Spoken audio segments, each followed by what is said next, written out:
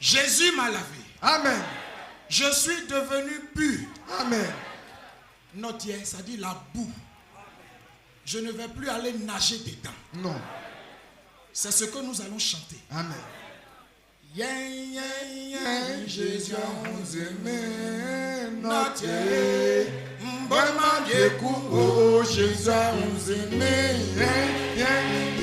Jésus nous aimait, notre Bonnement Dieu oh Jésus nous aimait, Jésus nous aimait, notre Bonnement Dieu oh Jésus nous aimait,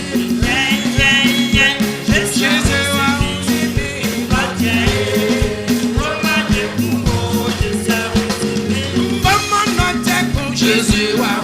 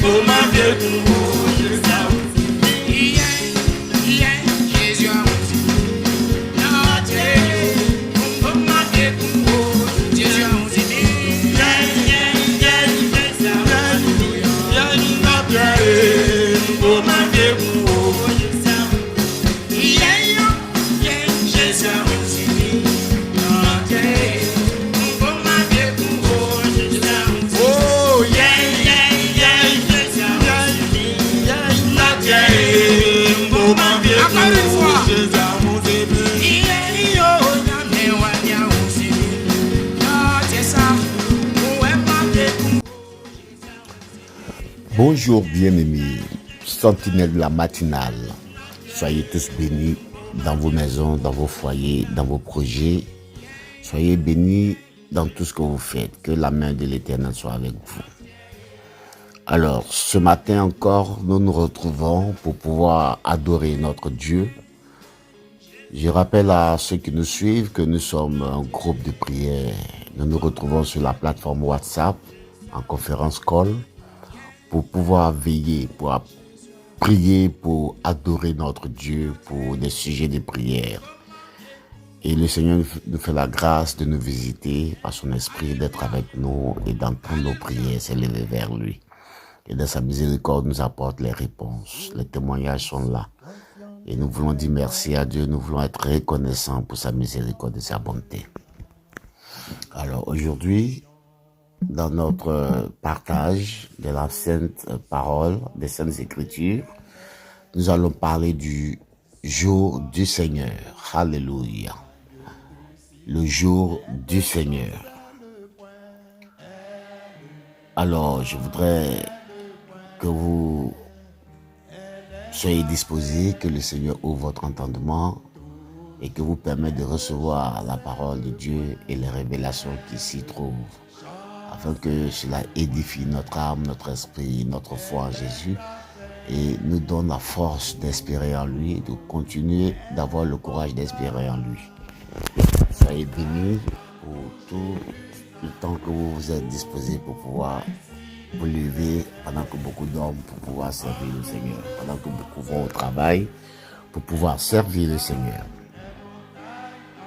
Alors, dans l'île, l'Asie et de Carie, en Asie mineure, entre les îles de Samos et de Naxos, existait une île qu'on appelait l'île de Patmos, ou l'île aux serpents. C'était une île rocailleuse formée par des larves volcaniques au large de la mer Égée. Jean, l'auteur de l'Apocalypse chrétienne, déclare s'y être trouvé à cause de la parole de Dieu et du témoignage de Jésus et y avoir reçu les révélations sur le jour du Seigneur, selon Apocalypse 1, verset 1. Révélation de Jésus-Christ. Apocalypse qui signifie révélation que Dieu lui a donnée pour montrer à ses serviteurs les choses qui doivent arriver bientôt et qu'il a fait connaître par l'envoi de son ange à son serviteur Jean. Bien-aimé, pour ton témoignage de Jésus, reste ancré en lui. Reste ancré en ton Dieu. Reste ancré en Jésus. Dans ta vie, quand les gens essaieront de te décourager pour poignarder ta foi, reste ancré en Jésus. À l'image du prophète Jean, sache que la société peut te rejeter pour ton témoignage en Christ à cause de ton amour et ton obéissance à la parole. Parce que face à une belle opportunité de travail, par exemple, que tu refuseras pendant ton chômage, tu trouves du boulot, mais on te propose un boulot de te faire travailler les dimanches, ce qui t'empêchera d'assister à ton culte de dimanche, à ta cellule de prière de la semaine, pour t'envoyer habiter et travailler dans une zone où il n'y a pas d'église, où il n'y a pas de communion fraternelle, où la mort spirituelle te guette.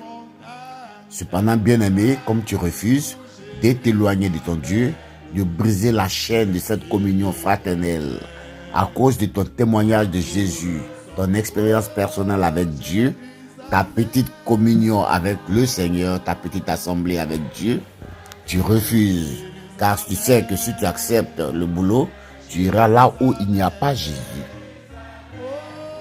Si tu refuses, tu te retrouves parmi ceux qui n'ont pas ton témoignage, ceux qui ne comprennent pas ton témoignage de Jésus, ceux qui ne comprendront pas ton expérience avec Dieu, tes parents, tes amis, Il ton veille mari, sur moi, ta femme. Jésus tes enfants peuvent parfois sauve être de freins sur la dans ton croix. épanouissement spirituel. Ces gens-là vont te trouver fou ou folle parce que on ne peut pas être au chômage et refuser une telle opportunité avec un très gros salaire et certains avantages d'être logé, blanchi et nourri. Mais toi, à cause du témoignage de ta foi pour Jésus, tu refuses ce boulot. Et si tu perdures dans ton chômage, les difficultés financières vont se présenter à toi. Et quand tu iras vers tes frères, tes parents, tes amis, ils vont te refuser de l'aide, comme s'ils te jetaient dans l'huile à l'exemple du prophète Jean. Ta femme ou ton mari ne va plus te respecter. Ta maison deviendra un champ d'impolitesse à ton égard. Le manque de respect, ta voix ne sera plus respectée. Ton autorité bafouée. Ton foyer deviendra une plateforme d'adversité entre ta femme et toi ou ton mari et toi. Ton mari ne te considérera plus. Ta femme non plus n'aura plus d'égard pour toi et te trompera. Bien-aimé, même tes enfants ne te respecteront pas et n'auront plus d'égard pour toi non plus. Ils comploteront avec leur mère ou leur père contre toi dans ta propre maison. Bien-aimé, sache que c'est ton île de Patmos. Accroche-toi. Ce monsieur que Dieu a mis sur la voie de la sœur Edwige est en pleine île de Patmos et a besoin de secours. Alléluia. Ce monsieur dont elle a trouvé la fille seule dans la rue et qui cherchait sa fille et qu'elle a fini par unir à sa fille avec qui elle s'assise dans le parc, et que ce monsieur lui a ouvert son cœur de la souffrance qu'il traverse, des difficultés qu'il traverse, l'humiliation qu'il traverse dans sa maison. Il n'a même pas à manger. Son épouse ne lui fait même pas à manger. Elle refuse même de lui donner un rond. Il n'a rien, il souffre, le pauvre. Alléluia. Ce monsieur traverse son île de Patmos. Est-ce que l'esprit parle à quelqu'un? Est-ce que l'esprit parle à quelqu'un? Le jour du Seigneur. Alléluia. Bien-aimé, d'une manière ou d'une autre, un enfant de Dieu, à un moment donné de sa vie, va subir l'île de Patmos. Il va expérimenter l'île aux serpents dans sa vie. Il va se retrouver parmi les serpents.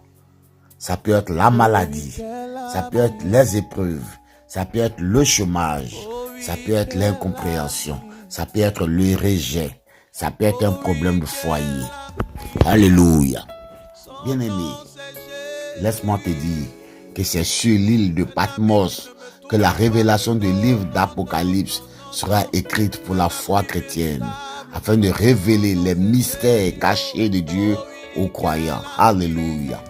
C'est sur l'île de Patmos que le Seigneur va te révéler la véritable face des gens pour qui tu t'es privé, pour leur faire du bien. C'est sur l'île de Patmos que le Seigneur va te révéler ceux qui faisaient semblant de t'aimer, mais qui dans leur fond, dans le cœur, avaient de la jalousie pour toi. C'est sur l'île de Patmos que va te révéler des parents, soit dit parents, qui en réalité n'étaient que tes ennemis et tes adversaires. C'est l'île de Patmos que le Seigneur va te révéler les choses cachées de ta vie. C'est sur l'île de Patmos que Dieu va se révéler dans sa théophanie, dans sa nature divine, dans sa théophanie de Dieu Tout-Puissant, sur son trône blanc de jugement, dans sa forme glorieuse, à l'apôtre Jean. Et c'est sur l'île de Patmos que le Seigneur va se révéler dans sa théophanie de Dieu Tout-Puissant, sur son trône blanc de jugement, dans sa forme glorieuse de Dieu l'Éternel, dans ta vie.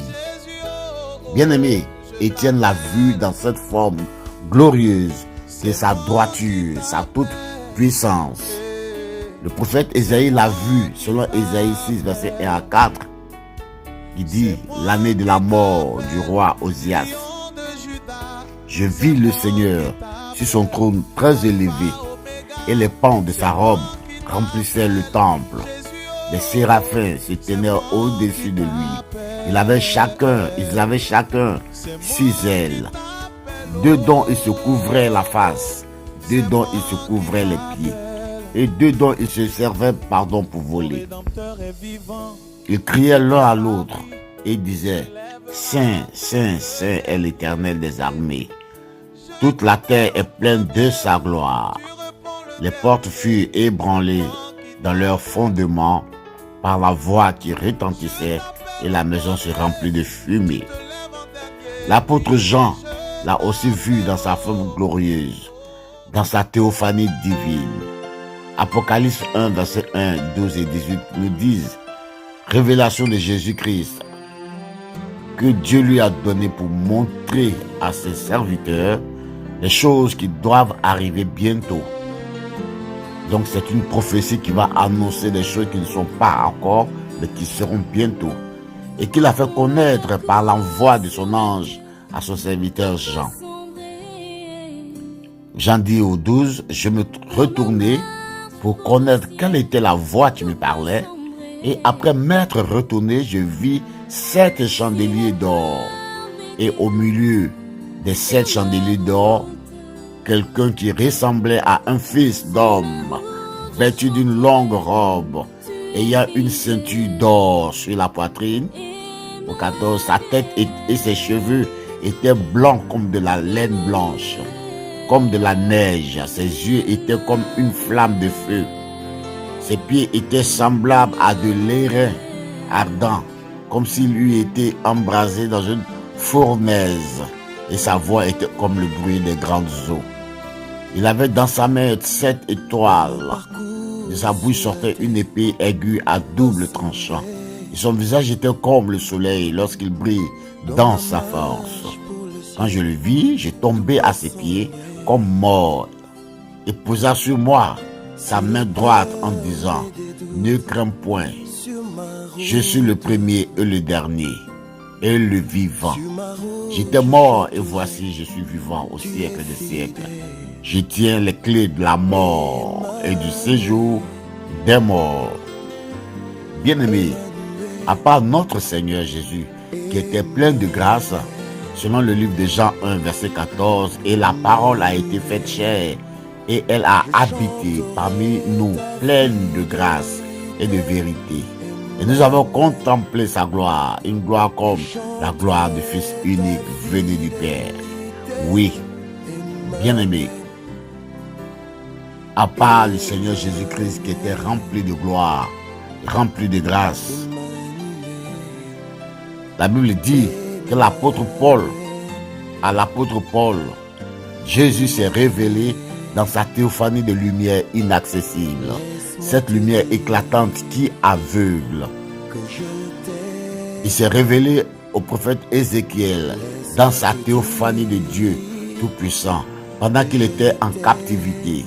Dans Ézéchiel 1, on lit: la 30e année, du 5e jour, du 4e mois, comme j'étais parmi les captifs du fleuve de Kébar, les cieux s'ouvrirent et j'eus des visions divines. Alléluia. Au 3, il dit: la parole de l'Éternel fut adressée à Ézéchiel, fils de Buzi, le sacrificateur dans le pays des Chaldéens, près du fleuve de Kébar. C'est là que la main de l'Éternel fut sur lui. Bien-aimé, que la main de l'Éternel soit sur toi, afin de te révéler les choses sacrées et cachées de ta vie. Que la main de l'Éternel soit sur toi et qu'il se révèle à toi, afin que l'obscurité recule et que la lumière de l'Éternel éclaire ta vie. Et que de l'obscurité, tu sois dans la lumière. Bien-aimé, je prie que la main de l'Éternel soit sur toi et que tu puisses voir sa gloire, qu'il se révèle dans une théophanie à ta vie et que ta vie soit différente, que ta vie change véritablement, que tu expérimentes une véritable relation divine avec le Seigneur, que la véritable délivrance de l'aveuglement disparaisse de ta vie, que les écailles tombent et que tu vois la gloire de Dieu. Alléluia. Je regardais et voici il vint du septentrion un vent impétueux, une grosse nuée et une gerbe de feu qui répandait de tous côtés une lumière éclatante, au centre de laquelle brillait comme des l'airain polis sortant du feu, du milieu du feu. Au centre encore apparaissaient 4 animaux dont l'aspect avait une ressemblance humaine. Chacun d'eux avait 4 faces et chacun avait 4 ailes. Leurs pieds étaient droits et la plante de leurs pieds était comme celle du pied d'un veau. Ils étincelaient comme de l'airain poli. Ils avaient des mains d'hommes sous les ailes, à leurs 4 côtés. Et tous les 4 avaient leurs faces et leurs ailes. Leurs ailes étaient jointes l'une à l'autre. Ils ne se tournaient point en marchant, mais chacun marchait droit devant soi. Quant à la figure de leur face, ils avaient tous une face homme, tous 4 une face de lion à droite, tous 4 une face de bœuf à gauche et tous 4 une face d'aigle. Alléluia. Là, c'est la description des chérubins. Parce que la Bible déclare que dans le ciel, Dieu est servi par les archanges, les anges, les séraphins et les chérubins. Alléluia. Et chaque catégorie d'anges a son service et a son pouvoir. Alléluia. Les chérubins qui sont dans le chardon ardent, dans des roues entrecroisées comme des charrettes, sont des anges qui ont 4 faces. Une face humaine, une face animale d'aigle, une face animale de lion et une face animale de bœuf. Alléluia. Et ils ont chacun 4 ailes et 4 bras sous les ailes. Alléluia. Et ils se déplacent en face d'eux, en arrière, à droite et à gauche, ils ne se tournent pas. Alléluia. Ils sont comme dans du feu. Ils ont un corps des reins polis, étincelants. Ils ont le pouvoir de se transformer en feu, en vent. Alléluia. Ils bougent comme ils veulent. Alléluia. C'est des anges, c'est une catégorie d'anges très puissante. Alléluia. Et ils ont 4 faces comme on a vu. Alléluia. Donc, il faut comprendre que le Dieu Tout-Puissant, quand il révèle ça dans son ciel, quand il ouvre son ciel pour te montrer sa puissance glorieuse, bien aimé, c'est que quelque chose va se passer. Il faut que quelque chose se passe dans ta vie, bien aimé. Il faut que l'aspect de la puissance glorieuse de l'Éternel se manifeste dans ta vie, à toi, et que cela bouleverse ta vie. Cela secoue les chaînes de Satan dans ta vie. Cela secoue les chaînes de l'influence mondaine dans ta vie. Cela secoue l'influence de l'orgueil humain, de vouloir paraître spirituel, plus très très spirituel dans ta vie, devant les gens. Ce n'est pas une chose que Dieu veut. La Bible dit que Dieu se révèle dans les choses simples. Il se cache dans les choses simples. C'est pourquoi il prend les gens qui sont remplis de vide. Les gens en qui il y a un vide. Les gens humbles. Pour se remplir d'eux. Pour entrer en eux et se remplir d'eux. Bien aimé, le Seigneur n'utilise pas ceux qui se disent connaisseurs. Ceux qui se disent trop spirituels. Ceux qui veulent paraître trop spirituels devant les gens. Dieu ne les utilise pas. Il y en a même pour se montrer trop spirituel. Même pour un petit truc, ils sortent le parler en langue. Tellement ils veulent montrer aux gens qui sont spirituels. C'est toujours à eux que Dieu parle. La Bible dit que Dieu ne parle pas à ces gens, à ces gens-là. Il ne se révèle pas à ce genre de personnes qui veulent qu'on les voit spirituels, qui veulent qu'on les voit très très sérieux. Non, non, non, non. Dieu dit il a caché ces choses-là à ces personnes-là. Parce que si tu es déjà rempli de toi-même, il n'y a plus de place pour que Dieu entre en toi. Dieu préfère ceux qui sont vides, ceux qui sont rien, pour que lui se glorifie. Ceux qui sont faibles, pour que de leur faiblesse, il se glorifie. Alléluia. Dieu aime les gens simples, la simplicité du cœur. Alléluia. Je prie que Dieu se révèle véritablement à chacun de nous. Afin que oui, dans sa miséricorde, il puisse nous utiliser. Il puisse utiliser nos bouches pour s'exprimer. Il puisse utiliser nos regards, nos yeux pour parler. Oui, lui qui a l'anneau de feu. La Bible déclare que son regard est un regard de feu. Ce n'est pas un Dieu avec qui on s'amuse. Alléluia. C'est pourquoi nous devons faire très attention à vouloir nous jouer les spirituels. Les trop spirituels. Non, Dieu, ça ne l'intéresse pas. Dieu veut avoir affaire à quelqu'un qui reconnaît qu'il n'est rien. Qui reconnaît qu'il a une nature pécheresse et que lui, Dieu a brisé. Et que son aveuglement, son handicap, ses limites sont entre les mains de Dieu. Pour que Dieu les utilise pour en faire des puissances. Voici ce que Dieu recherche dans son serviteur. Alléluia.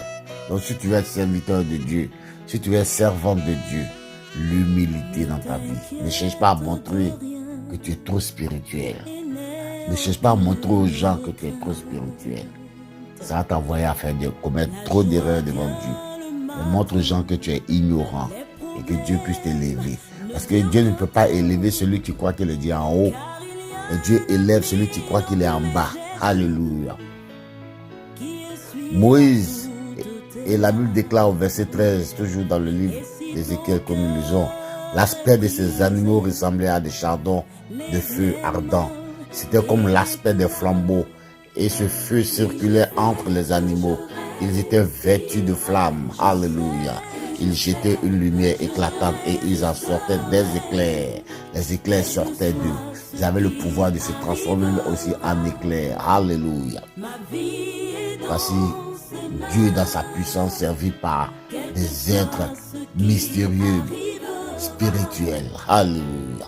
Créés par le pouvoir de lui-même. Moïse a vu Dieu dans une théophanie. Alléluia. La Bible dit dans le livre d'Ézéchiel, dans le livre d'Exode, et la même théophanie que Ézéchiel a vue, Dieu s'est révélé aussi de cette même manière à Moïse. Et voyez-vous que à certaines époques bien spécifiques, Dieu se révèle dans sa gloire à ses serviteurs qui sont simples. Ces serviteurs qui sont vraiment engagés. Ces serviteurs en qui le monde est mort. Ces serviteurs en qui l'amour du matériel est mort. Ces serviteurs en qui l'amour de paraître est mort. Ces serviteurs, comme il a fait avec Moïse, 40 années de désert de brisement pour enlever le monde égyptien en lui.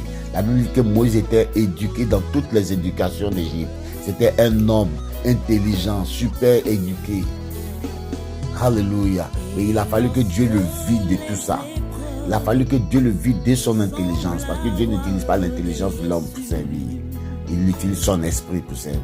Alléluia. Dieu n'utilise pas l'orgueil de l'homme pour servir, la force de l'homme pour servir.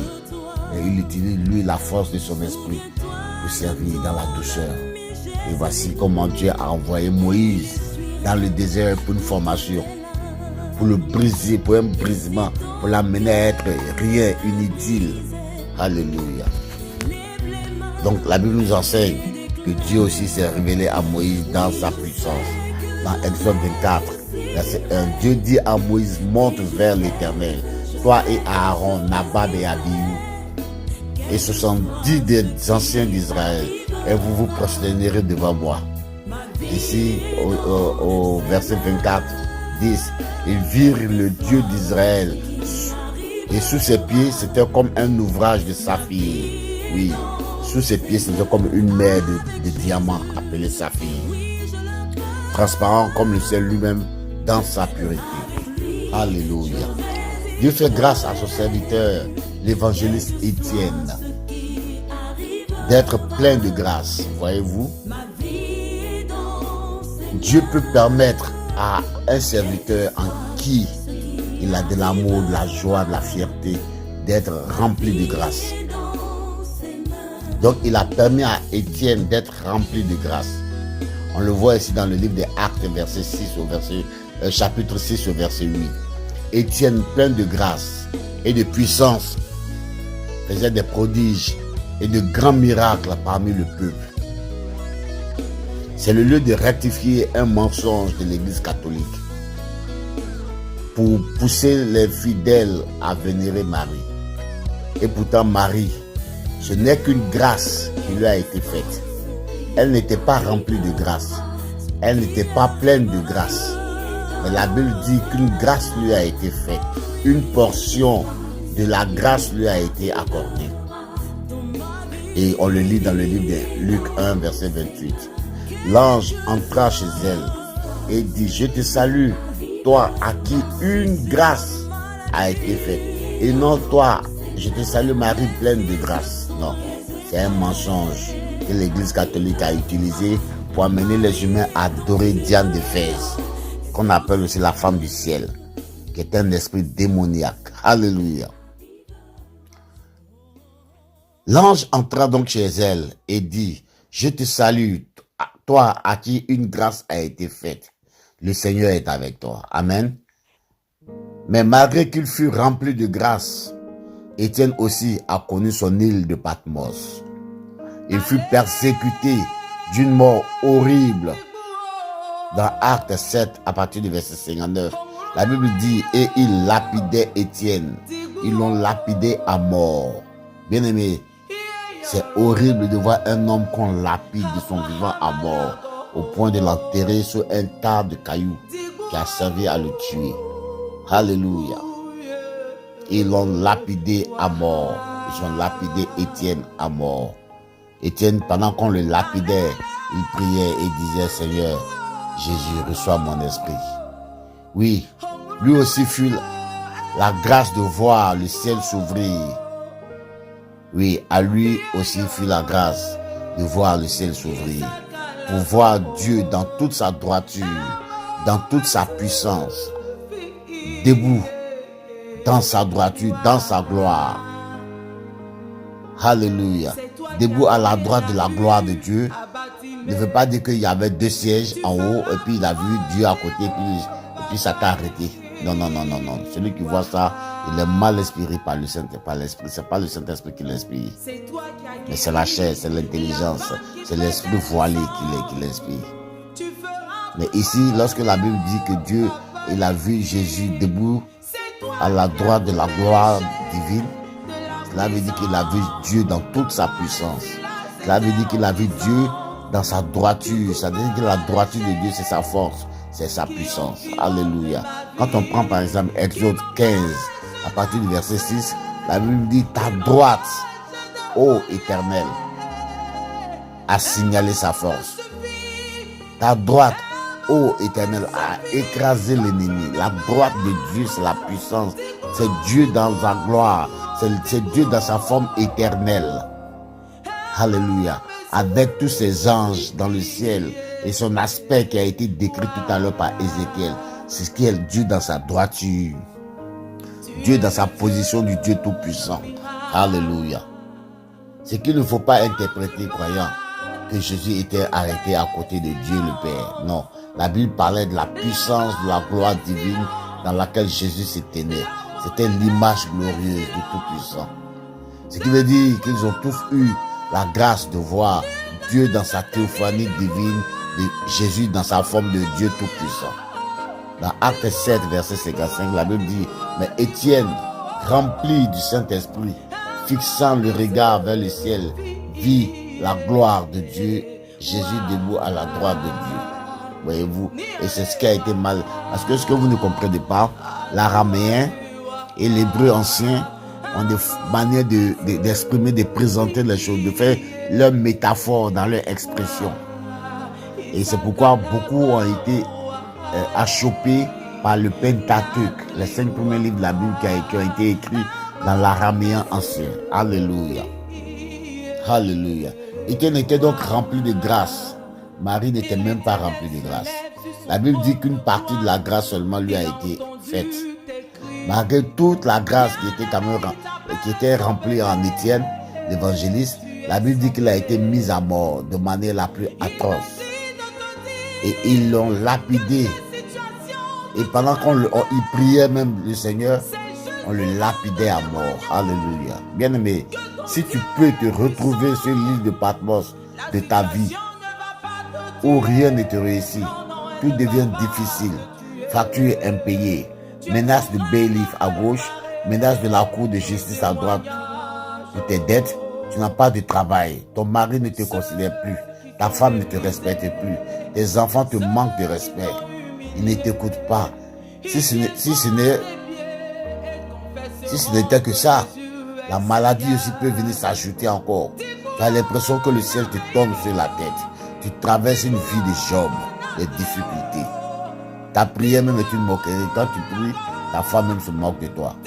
Quand tu pries dans cette malédiction, dans cette souffrance, et quand tu te mets à prier, ton mari même se moque de toi. Bien-aimé, ta dignité est bafouillée. L'œil de moqueur des gens autour de toi. Certains même vont jusqu'à dire que c'est parce que tu es dans le péché que tout ça t'arrive. Mais laisse-moi te dire, si tu t'accroches et que tu persévères sur ton île de Patmos, dans la prière, dans l'intercession, dans la prière de veille, bien aimé, quelque chose de glorieux va se manifester pour toi. Alléluia. Tu verras Dieu dans sa dimension toute puissante. Alléluia. Et Dieu va renverser les murs pour toi. Il va déraciner les arbres pour toi. Il va briser les flèches de l'ennemi pour toi. Il va déchirer les filets de l'oiseleur pour toi. Oui, il va confondre tes adversaires qui viendront se mettre en genoux devant toi.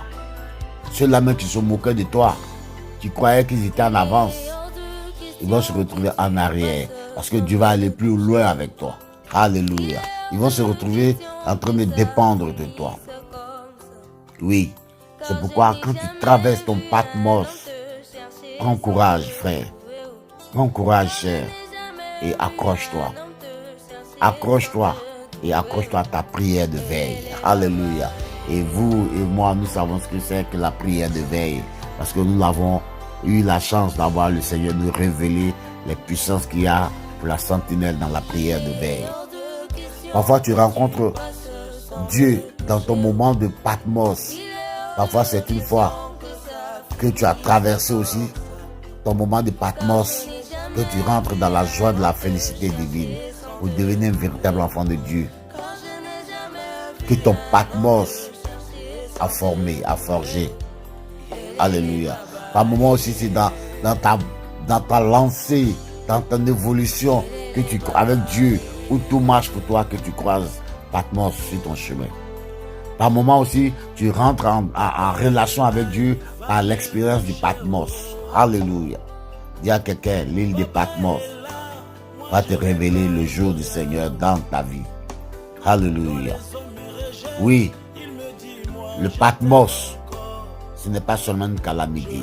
C'est un passage qui rend le Fils de Dieu adulte. C'est un passage qui te fortifie, qui te permet de devenir fort après les épreuves. Alléluia. Et tes épreuves et ta croix, en général, tu es le seul à porter ta croix. Personne ne viendra t'aider à porter ta croix. Alléluia. Les gens qui se disent qu'ils t'aiment, mais devant ta croix, ils vont t'abandonner pour que tu puisses porter ta croix toi-même. Alléluia. Donc, après avoir connu la gloire et le succès que Patmos peut venir dans ta vie. Oui, Patmos vient se manifester dans ta vie et tu perds tout. Et tu te retrouves à zéro. Laisse-moi te dire, bien-aimé, qu'au bout de ton Patmos, que se trouve la gloire de Dieu. Si tu t'accroches, alléluia, ta vie va changer. Tu verras Dieu dans sa gloire. C'est devant l'île de Patmos, l'île au serpent, devant les serpents de ta vie, que tu dois t'accrocher au Seigneur, afin que le Seigneur se révèle à toi dans sa théophanie de Dieu Tout-Puissant. Alléluia. Bien-aimé, dans l'intention de le tuer, ils l'ont d'abord poignardé. Quand tu prends l'apôtre Jean, dans l'intention de le tuer, ils l'ont d'abord poignardé à plusieurs violents coups de couteau, mais il n'a rien eu. Ensuite, ils l'ont jeté dans une grande barrique d'huile chaude, une huile bouillante, chauffée à fond. Et là encore, il n'a rien eu. Dans ton Patmos, tu vas avoir des attaques, bien-aimé. On peut vouloir découper ta foi. On peut vouloir te briser, t'humilier. Mais accroche-toi à la prière de veille. Alléluia. Jean a vu le jour du Seigneur. Toi aussi, tu verras le jour du Seigneur. Le jour du Seigneur, la révélation continue dans le livre de l'Apocalypse. L'on a conclu que le livre d'Apocalypse fut écrit sur l'île de Patmos. Alléluia. D'après les révélations qu'on a reçues, il aura été exilé par l'empereur Domitien. L'empereur Domitien, vers 1095 après Jésus-Christ, c'est là que l'empereur Domitien a jeté notre apôtre Jean sur l'île de Patmos.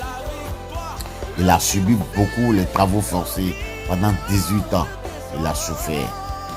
Jusqu'à ce que l'empereur Nerva vienne le libérer et lui permettre d'aller continuer à reprendre le ministère à Éphèse. Alléluia. Donc le message du Seigneur destiné aux 7 églises, c'est là qu'il a commencé. Le message du Seigneur destiné aux 7 églises, quand il a reçu la révélation dans la grotte qu'on appelle la grotte d'Apocalypse sur l'île de Patmos. Amen. Quand vous prenez Apocalypse 1,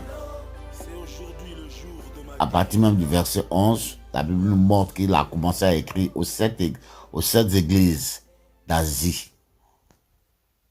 Il s'est en effet adressé aux chrétiens du continent qui fermaient vers l'horizon lointain les voyants de Patmos. C'est-à-dire que il s'adressait au monde entier. Il s'adressait au monde entier pour apporter la révélation divine qu'il a reçue dans la grotte de l'Apocalypse. Cette grotte de l'île de l'île au serpent, de l'île Patmos, il y avait une grotte où il aimait aller se recueillir pour avoir sa relation personnelle avec Dieu, pour avoir sa relation, sa petite assemblée avec Dieu, pour avoir son culte personnel avec Dieu. Oui, pour avoir son corps à corps avec Dieu. Lorsque Adam et Ève n'avaient pas encore été formés, Adam avait un corps à corps avec Dieu. Il avait sa petite assemblée avec Dieu, son culte personnel avec Dieu. Alléluia. La révélation de Christ, dans quelle forme as-tu vu? As-tu vu le Seigneur? As-tu vu Dieu dans sa forme toute puissante comme l'a vu la grâce de voir l'apôtre Jean? Les mystères cachés de la parole de Dieu se trouvent à Patmos, frère. Les mystères cachés de ta vie se trouvent à Patmos, frère. Les mystères cachés de ta destinée se trouvent à Patmos, là où Dieu va te révéler ces choses-là. Elle nous dit qu'il va te faire passer au feu pour te former. Il est le potier qui va t'utiliser comme de l'argile pour pouvoir te donner la forme qui lui convient. Alléluia. Les mystères cachés de la parole de Dieu. Oui, dans le livre de Marc 4:11, il a dit, c'est à vous qui a été donné le mystère du royaume de Dieu. Mais pour ceux qui sont dehors, tout se passe en parabole. Bien-aimé, Dieu veut te révéler la vérité de sa parole, de ses saintes écritures. Alléluia. Éphésiens 3, verset 4, il nous dit, lorsqu'on les lit, vous pouvez vous représenter l'intelligence que j'ai du mystère de Christ le jour du Seigneur. Alléluia. Les mystères de Christ le jour du Seigneur. Dis après moi, le jour du Seigneur.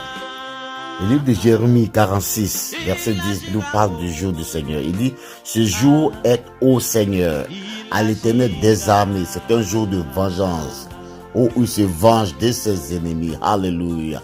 Après être sorti de Patmos, la Bible déclare que Dieu va se venger de tes ennemis, de tes adversaires. Alléluia. L'épée dévore, elle se rassasie, elle s'enivre de leur sang. Oui, l'épée de Dieu qui est la parole. L'épée de Dieu qui est la parole va briser toutes les chaînes, tous les pouvoirs de l'ennemi contre ta vie. Quand il y a des victimes du Seigneur, de l'Éternel, Dieu va briser tout ça pour que ta foi s'ancre en Jésus-Christ et pour que tu sois davantage obéissant à Christ et pour que tu sois dans ton obéissance être totalement soumis à la parole de Dieu et que tu ne puisses point raisonner parce que Dieu n'utilise pas la tête pour parler à son fils, il utilise le cœur. C'est pourquoi Dieu veut que dans ton cœur, tous tes choix, tous tes projets, tout ce que tu as à cœur, tu puisses ôter de cela de ton cœur et que lui soit, lui, rempli en toi, que tu deviennes le temple, oui, que tu deviennes le temple de Dieu, que tu deviennes son tabernacle, qu'il puisse résider en toi. Et c'est à ton cœur que Dieu parle, c'est jamais à ton cerveau. Dieu n'utilise pas ceux qui utilisent le cerveau pour le servir. Il utilise ceux en qui il s'est installé, dans le cœur de qui il s'est installé. Il a mis un dépôt. Alléluia. Le dépôt du Saint-Esprit pour pouvoir l'utiliser. Dieu veut habiter en toi. Il veut que tu sois son tabernacle, son cœur, son temple. Oui, il veut utiliser ton cœur. Demande à Dieu de vider ton cœur de toutes les ordures qui est en toi. Que ce soit la luxure, que ce soit la gourmandise, que ce soit la haine, que ce soit la fierté, que ce soit l'orgueil. Et toutes ces choses-là, demande à Dieu de sortir de tout ça de toi. Afin de pouvoir prendre le contrôle de ce cœur-là et d'en faire son temple. Alléluia. Oui. Car la Bible dit quoi? L'épée dévore, elle se rassasie. elles s'enivrent de leur sang, car il y a des victimes du Seigneur. Oui, nous sommes des victimes. Nous sommes des victimes du Seigneur parce que nous sommes devenus les prisonniers de Dieu. Nous ne vivons plus pour nous, mais nous vivons pour le Christ. Donc nous sommes désormais des prisonniers pour Dieu. Nous ne pouvons plus faire ce que nous avons envie de faire ou ce que nous voulons faire. Mais nous avons pour obligation de faire ce que Dieu demande qu'on fasse. Donc nous ne nous appartenons plus. Nous avons désormais des limites dans lesquelles nous sommes. Et celui qui sort des limites que Dieu a établies, il s'expose au malin, au diable. C'est pourquoi l'enfant de Dieu doit demeurer dans les limites de la parole. Alléluia. Dis à quelqu'un les limites de la parole. Ne pas aller au-delà des limites de la parole. C'est une voie de non-retour. Une fois que tu as franchi les limites de la parole de Dieu, tu ne peux plus revenir. C'est-à-dire qu'un enfant de Dieu qui va jusqu'à franchir les limites de la parole de Dieu pour pouvoir se faire implanter des seins. Parce que d'après lui, se sent dans une peau de femme. Pour changer de sexe et se mettre un sexe de femme. Cette personne a franchi les limites de la parole. Mais il ne peut plus revenir. Alléluia. Il faut comprendre que il y a des limites de la parole que Dieu nous donne. Parce que désormais, nous sommes les prisonniers de Christ. Alléluia. Nous ne nous appartenons plus nous-mêmes. L'apôtre Jean, sur l'île de Patmos, Jean a vu le jour du Seigneur. Alléluia. 1 Thessaloniciens 5, verset 2. Car vous savez bien vous-même que le jour du Seigneur viendra comme un voleur dans la nuit. Dieu a l'intention de surprendre. Il dit, mais à vous qui êtes dans la parole du Seigneur, il va vous révéler certaines choses pour que les signaux vous permettent de vous préparer. Mais à ceux qui ne sont pas dans la parole du Seigneur, ça sera comme un jour qui va surprendre. Alléluia. Car Dieu ne fait rien sans le révéler à ses prophètes, ses serviteurs. Et ces prophètes, ses serviteurs vont donner des signes aux enfants de Dieu. Même s'ils ne leur donnent pas le jour exact, ils vont leur donner des événements qui vont se produire. Pour qu'à la vue de ces événements, les enfants de Dieu sachent que le temps n'est plus loin. Le temps n'est plus loin. Et qu'ils ne se retrouvent pas comme des vierges folles, mais qu'ils se préparent comme des vierges sages. Alléluia. Parce qu'il y aura un temps qui viendra où ce sera le temps du sommeil spirituel. Alléluia. Le temps du sommeil spirituel. Le livre de Actes 2, verset 20 dit, le soleil se changera en ténèbres. Le jour du Seigneur, le soleil va se changer en ténèbres. Et la lune en sang avant l'arrivée du Seigneur. De ce jour grand et glorieux. Bien-aimé, es-tu prêt? Bien-aimé, je ne sais pas pourquoi, mais le Seigneur dirige toujours le message vers la préparation des enfants de Dieu. Comme si c'était un message que Dieu vous donnait pour vous préparer, pour vous apprêter à son arrivée. Alléluia. Nul ne sait le jour. Alléluia. Mais à ces véritables enfants, la Bible dit qu'il va révéler des signes pour les amener à se préparer. Et si ce message fait partie du message de préparation de la fin des temps, alors préparons-nous sérieusement. Ne risquons pas de nous laisser distraire par nos envies, nos choix, basés sur nos chairs, mais de regarder véritablement dans nos vies qu'est-ce qu'il faut changer, qu'est-ce qui ne va pas, quelle position à agir, qu'est-ce qu'il faut prendre comme position. Bien aimé, il faut que nous rentrons au-dedans de nous. Le jour du Seigneur n'est ni le samedi, ni le dimanche. Le jour du Seigneur est une période spécifique de la grâce du salut. Voyons ce que dit le livre d'Hébreux. D'abord, quand tu reçois la révélation du jour du Seigneur, la Bible dit de ne point endurcir ton cœur. Selon Hébreux 4, verset 27. Lorsque Dieu va fixer le jour son jour à lui, et que tu vas apprendre ce que c'est que le jour du Seigneur, la Bible dit de ne pas endurcir ton cœur, mais il faut commencer à te préparer. Alléluia. Parce que lorsque vous regardez au ciel et que vous voyez les nuages, l'orage, vous savez qu'il va pleuvoir. Alléluia. Dans Ésaïe 49, verset 8, il dit, le jour du Seigneur, voici, Le jour du Seigneur est en relation aussi avec Christ. Alléluia. Le jour du Seigneur est en relation avec le retour du Seigneur Jésus-Christ. Dans 2 Pierre 3, verset 10, le jour du Seigneur viendra comme un voleur. En ce jour, les cieux passeront avec fracas. Alléluia.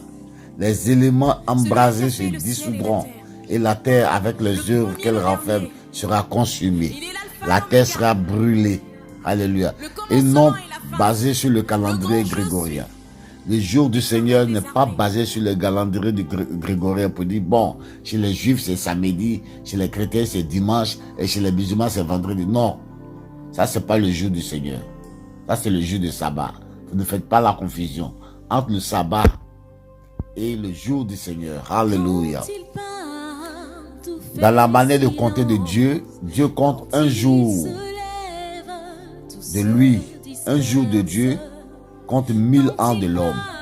Alléluia. Un jour de Dieu compte 1000 ans de l'homme. Et dans 2 Pierre 3, versets 8 à 11, à partir du verset 8, la Bible dit, mais n'ignorez pas cette chose, bien-aimés. C'est un jour devant le Seigneur comme 1000 ans et 1000 ans comme un jour devant le Seigneur. Alléluia. Le Seigneur ne tarde pas pour ce qui concerne la promesse. Comme quelques-uns estiment qu'il y a du retard dans son arrivée. On se dit, oh, est-ce qu'il va venir même? Est-ce que l'histoire de retour du Seigneur, mais c'est la vérité? Il a trop duré, il a peur de venir ou bien quoi? Il va venir trouver ici. Les gens racontent beaucoup de sanité. Alors que le retard que le Seigneur prend exprès, c'est pour un but. Afin que le plus petit, la plus petite brebis, le plus petit des enfants qui lui appartiennent, rentre à la bergerie. Alléluia. Puisse venir à lui. Puisse donner sa vie à Jésus. Alléluia. C'est ce qu'il attend. Sinon, c'est pas parce qu'il est en retard. Mais la Bible dit, prend son temps. Parce que quand il va venir, il va surprendre. 2 personnes sont couchées sur le lit. Maman et mari et femme. Et il prendra la femme ou le mari et il laissera le mari ou la femme. Alléluia. Donc le Seigneur ne tarde pas, dit la Bible au verset 9. Pas pour ce qui concerne la promesse. Alléluia. La promesse de son retour, il ne tarde pas. Alléluia. Mais c'est le plan qui est en action. Comme quelques-uns estiment qu'il y a du retard, mais il est patient envers vous. Nous ne voulons pas qu'aucun de ses enfants périsse, mais que tous viennent à la repentance. C'est pourquoi il prend son temps. Mais son arrivée sera une surprise. Alléluia. La Bible dit qu'il viendra comme un voleur. Oh, le jour du Seigneur viendra comme un voleur. Et dans ce jour-là, les cieux passeront avec un bruit sifflant et les éléments embrasés seront dissous. Et la terre et les œuvres qui sont en elle seront brûlées. Dans toutes les maisons qu'on se débat pour construire, les châteaux qu'on essaie de construire, pour lesquels on tue, on vole la nation, ces choses-là vont passer, seront consumées.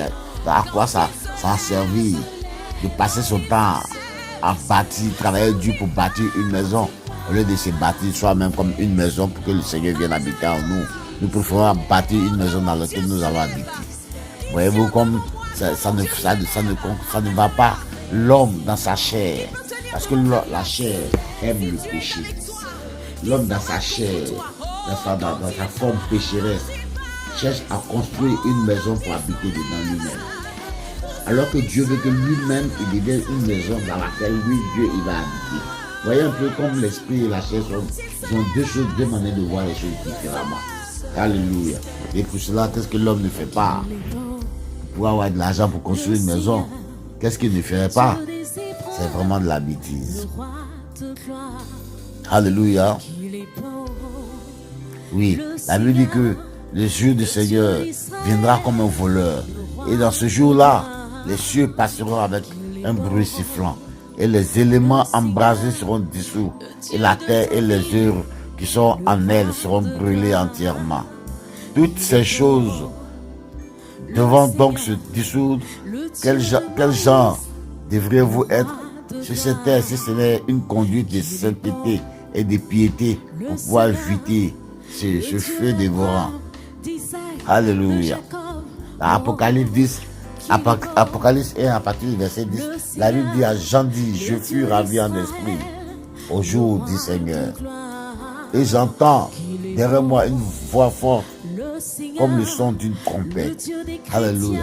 Cette voix forte comme le son d'une trompette, c'est la parole de Dieu qui avertit.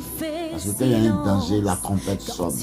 Donc il envoie le message, la préparation de la dernière heure d'avertissement, afin que les enfants de Dieu puissent ouvrir les yeux sur le temps du danger qu'il y a et cherchent à se mettre en règle vis-à-vis de la parole de Dieu. Dieu pourrait dire à certains de ses serviteurs, regardez mon serviteur, il est fidèle dans toute ma maison, c'est-à-dire dans tous les commandements, dans toute la volonté divine, dans toutes les recommandations et ordonnances de Dieu. La Bible dit que Dieu fait témoignage de certains de ses serviteurs ici. Regardez mon serviteur Noé, regardez mon serviteur Job, regardez mon serviteur Moïse.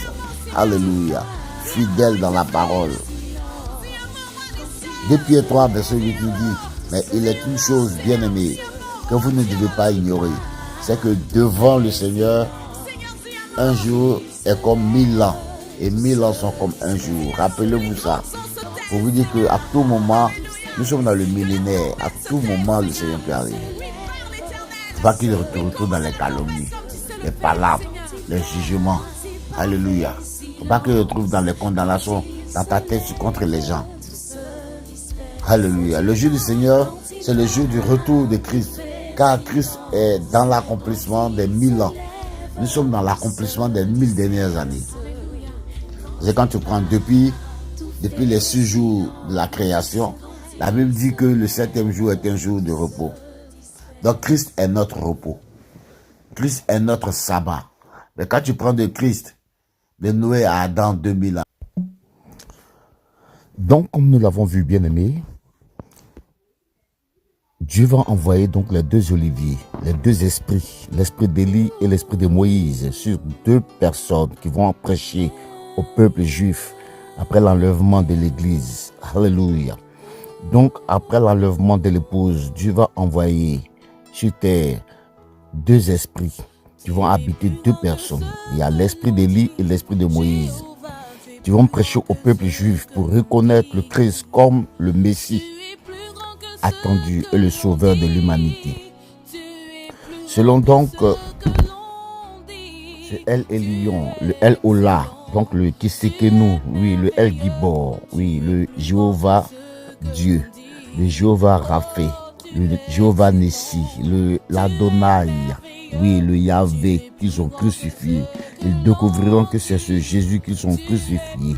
Oui, ainsi, ceux qui croiront au ministère des 2 oliviers seront enlevés. C'est au cours donc du dernier retour de Christ. Oui, alléluia, alléluia. Parce qu'après, quand Christ va repartir, il reviendra chercher donc les Juifs qui vont croire en lui. Amen. Christ est venu une fois pour le salut de l'humanité. Il revient une seconde fois pour l'enlèvement des païens, c'est-à-dire l'enlèvement de son épouse, des saints de l'Église et les morts en Christ. Puis il revient pour l'enlèvement des Juifs qui auront cru en lui. Après, viendra la colère de Dieu sur la terre, où Satan sera déchaîné contre la terre et il sera libéré. Et il sera déchaîné sur la terre, et ainsi que tout ce qu'elle renferme. Il y aura des fléaux, des cris de guerre sur la terre. Le Saint-Esprit étant remonté, il n'y aura plus de possibilité de repentance. Donc les hommes seront livrés entre eux-mêmes. Les méchants seront livrés entre méchants. Amen. Donc les hommes seront méchants sur terre et se détruiront. Oui, une partie de la terre sera détruite par une guerre mondiale, et celle d'Armageddon. Et toutes les nations du monde vont se lever contre Israël. Alléluia. Nous y reviendrons en détail. Mais pour le moment, si Dieu le permet. Mais pour le moment, nous allons nous concentrer sur le 7e jour, le jour du Seigneur. Nous, les élus, aurons le pouvoir de juger sur la terre. Alléluia. Ceux qui recevront le message de préparation de l'enlèvement, qui se seront préparés pour le retour de Christ, ceux-là régneront sur la terre. Amen. Mais avant l'enlèvement des saints, la Bible dit qu'ils seront manifestes. Ils seront manifestés à l'humanité par la pluie de la première et de la dernière saison, qui est une manifestation du Saint-Esprit sur la vie des croyants. Les vrais croyants, ceux qui auront cru en Christ, qui se seront préparés, ceux-là même qui ont veillé sur la parole de Dieu pour l'accomplir dans leur vie, qui ont cru véritablement. Alléluia. Oui, ceux-là qui sont restés dans les limites de la parole. Oui, alléluia. Donc, ils auront la manifestation du Saint-Esprit sur la vie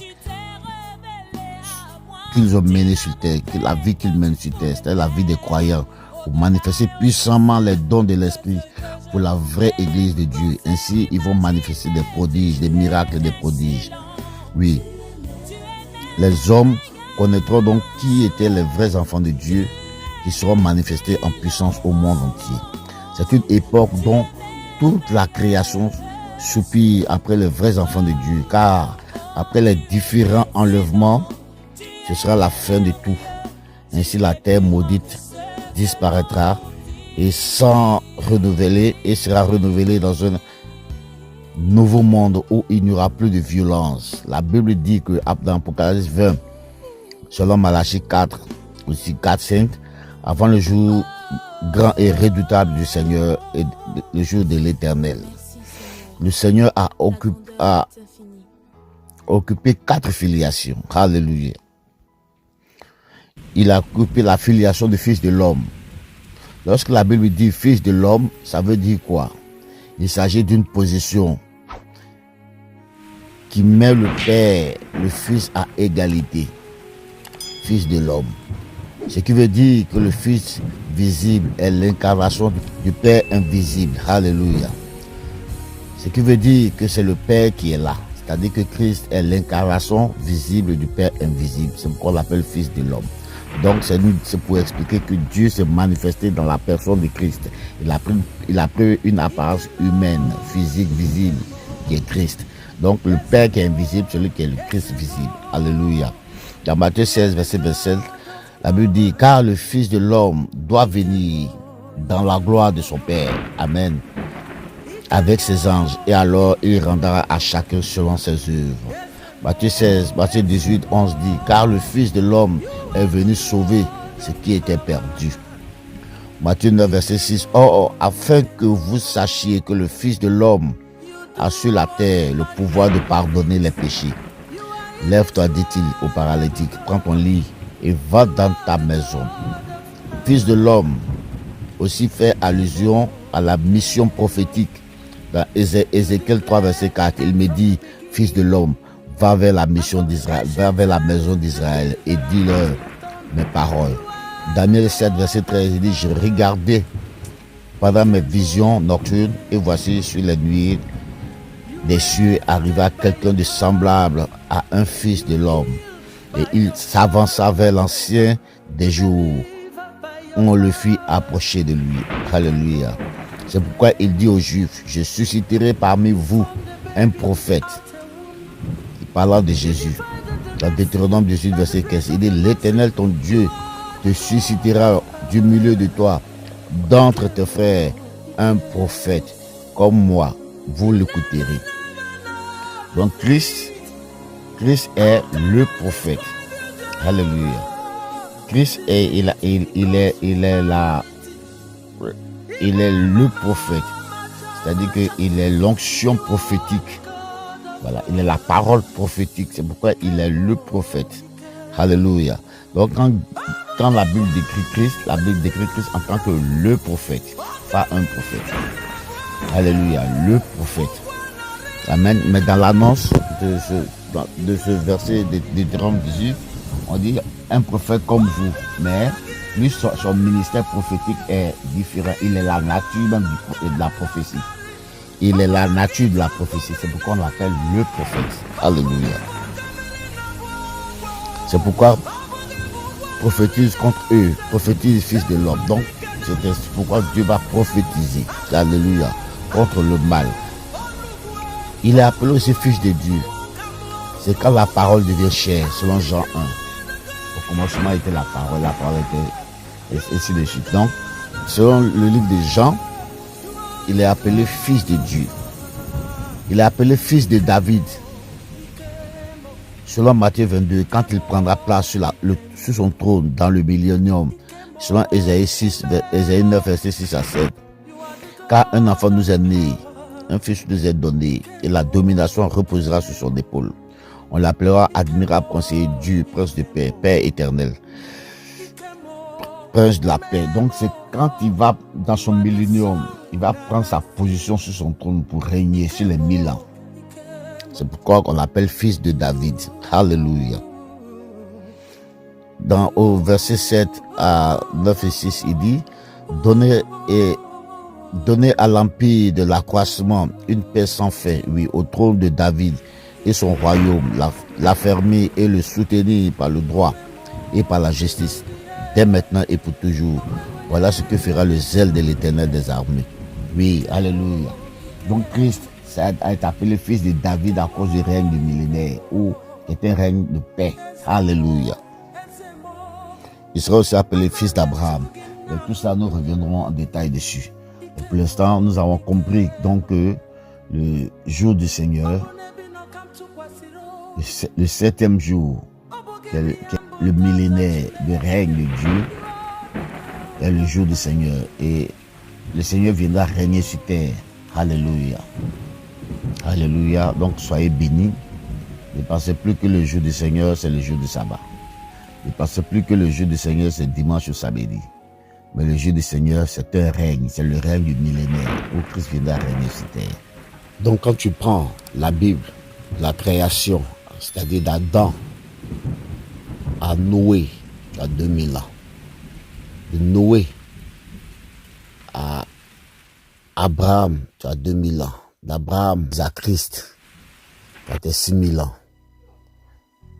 Donc, le millénaire de Christ, qui est son retour pour le règne, font les 1000 ans qui font les 7000 ans de cette époque de Dieu.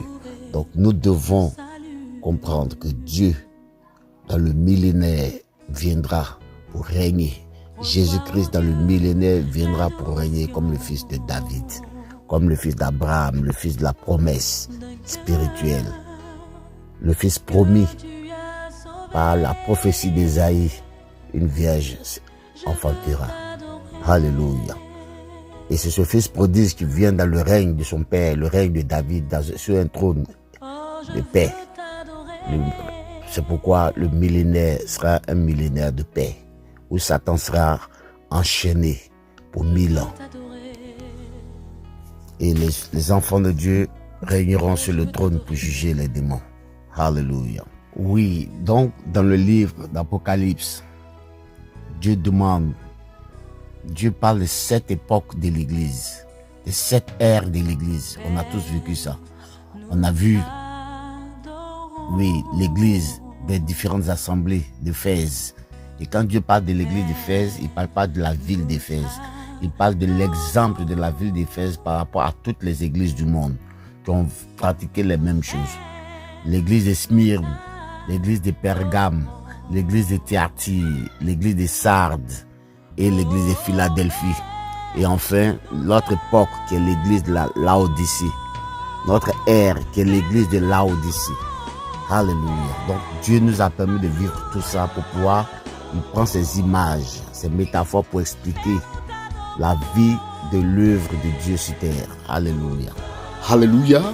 Bien-aimés, je voudrais encore une fois attirer votre attention contre ces personnes qui n'ont reçu aucun appel divin pour servir l'Éternel et qui par leurs propres moyens sont allés se faire enseigner l'aveuglement de l'intelligence charnelle pendant des années de théologie pour étudier les évangiles inspirés et écrits par des simples pécheurs, des personnes qui n'ont jamais été à l'école. Bien-aimé de la Sentinelle, ne te laisse pas impressionner par ces diplômes de théologie qu'ils brandissent à tort et à travers devant toi. Ne te laisse pas intimider, serviteur de la Sentinelle, toi à qui Dieu a mis l'appel de son service comme un poids pressant dans son cœur pour le servir. Tu es un serviteur authentique de Dieu, choisi par le Seigneur. Dieu te révélera les mystères cachés de sa parole. Alléluia. Ne te laisse pas distraire par ces années de théologie, car cela ne représente que de la boue devant le Seigneur. Alléluia. Laisse-les s'enorgueillir de leurs certificats issus des écoles théologiques. Théo en grec qui signifie Dieu et logique qui est étude ou la science qui étudie. Donc ils sont allés sans appel divin, s'enivrer de l'ivresse de la connaissance charnelle qui aveugle et non la connaissance révélée par Dieu. Ce type de serviteur, ce dit de Dieu, vous présentera un autre Jésus-Christ que celui qui a été crucifié pour le salut du monde. Alléluia. Malheureusement, leurs cultes, qui sont des services de coach de vie, de cyberactivisme, qui attirent la foule pour élever la chair, ne sont pas des ministres de Dieu. Alléluia. Leurs ministères ne viennent pas de Dieu. Car la vraie évangile n'attire pas la foule. Alléluia. Ce sont ces prétendus serviteurs de Dieu aujourd'hui que le monde élève parce qu'ils sont du monde et qui remplissent les églises en faveur de leur organisation religieuse pour laquelle ils travaillent pour s'enrichir. Mais toi, fidèle serviteur de Dieu, garde la foi. Alléluia. Garde la foi du Saint-Père. La Bible dit que c'est depuis le sein de ta mère que tu as été consacré serviteur de Dieu. C'est un choix qui vient de Dieu lui-même. Être sur un ministère divin que Dieu a prévu pour toi vient du Seigneur lui-même. Alléluia. Être sur un ministère divin vient de Dieu lui-même pour la vie de son enfant, pour la vie de son serviteur. La Bible dit dans Jérémie 1 verset 5, « Avant que je t'eusse formé dans le ventre de ta mère, je te connaissais. » Avant même que tes parents te connaissent, Dieu te connaissait. Parce que la Bible dit que tu as été prédestiné à devenir enfant de Dieu. Avant que tu fusses sorti du sein de ta mère, je t'avais consacré. Donc tu as déjà été consacré, mis sur l'œuvre. Et c'est quand au temps marqué de Dieu arrive que Dieu te met sur son œuvre. Il dit, je t'avais établi déjà prophète des nations. Donc, sentinelle de la matinale. C'est depuis le sein de ta mère, avant même que ton papa et ta maman, eux-mêmes, ils te connaissent. Avant même que tu sortes du sein de ta mère, que le Seigneur t'avait déjà consacré à être son serviteur. Alléluia. Donc ne te laisse pas impressionner par ces diplômes théologiques, par ces années d'université que ces gens font et viennent vous distraire. Ce ne sont que des satanistes qui vont venir œuvrer Satan, vont venir œuvrer pour Satan, contre l'œuvre véritable de Dieu, contre la sainteté divine. Alléluia. Car ils vont venir prêcher la chair. Car ceux qui ne sont pas le choix de Dieu, ils vont servir contre Dieu lui-même. Ils vont servir contre sa volonté. Donc leurs enseignements seront dépourvus de révélation, dépourvus du Saint-Esprit, mais le fruit de leur intelligence, de leur chair. Alléluia. C'est pourquoi ils lisent la Bible, mais ils n'y comprennent rien. Ils comprennent selon la pensée, ils ne comprennent pas selon la pensée de l'Esprit de Dieu. Ils ne reçoivent pas les profondeurs de Dieu et ils interprètent la parole au gré de leur lubie, au gré de leur intérêt, au gré de leur chair qui est en eux. Alléluia. Puisqu'ils n'ont pas été établis par Dieu, mais par la chair, par un homme, par la décision humaine. Les ministères de ces serviteurs sont basés sur la chair. Paul pouvait dire dans Galates 1, verset 1, il dit, Paul, apôtre, non de la part des hommes, ni par l'homme, mais par Jésus-Christ et Dieu le Père qui l'a ressuscité d'entre les morts. Il va même plus loin pour dire dans Galates 1, verset 6 à 8, 11 et 12, il dit, je m'étonne de ce que vous passez si promptement de celui qui vous a appelé par la grâce de Christ à un autre évangile différent, qui n'en est pas un autre. Mais il y a des gens qui vous troublent et veulent pervertir l'évangile de Christ. Alléluia. Il dit, mais quand nous sommes nous-mêmes, nous, ou quand un ange venu du ciel, il dit même sur lui Paul, il dit, mais quand nous-mêmes, ou quand un ange venu du ciel vous évangéliserait, outre que ce que nous avons évangélisé, qu'il soit anathème. Il dit que même si lui, Paul, il lui arrivait de se détourner de la sainte foi pour vous annoncer quelque chose d'autre, maudissez-le. Même si un ange vient du ciel pour vous annoncer un autre évangile, que Jésus-Christ, maudissez-le. Donc c'est pour dire que ces serviteurs-là sont maudits déjà par la parole de Dieu. Alors si vous suivez des gens qui sont maudits, vous tombez sous le coup de la malédiction divine. Or je vous fais savoir, frère, que l'évangile qui a été annoncé par moi n'est pas selon l'homme. Donc l'apôtre Paul, l'évangile qu'il a annoncé n'est pas humain, c'est divin. Car moi je n'ai pas reçu de l'homme. Je ne l'ai pas reçu de l'homme non plus. Ni appris. Comme les gens vont apprendre ça dans les écoles théologiques.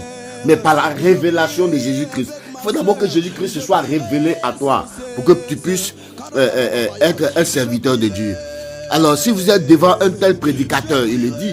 Si vous êtes devant un tel prédicateur qui n'a pas la révélation divine, la Bible dit qu'il va ouvrir les Saintes Écritures et ne pourra pas l'enseigner par la révélation, car c'est un livre cacheté. Alléluia. Un livre énigmatique qui ne se comprend pas et qui ne se perçoit que par la révélation.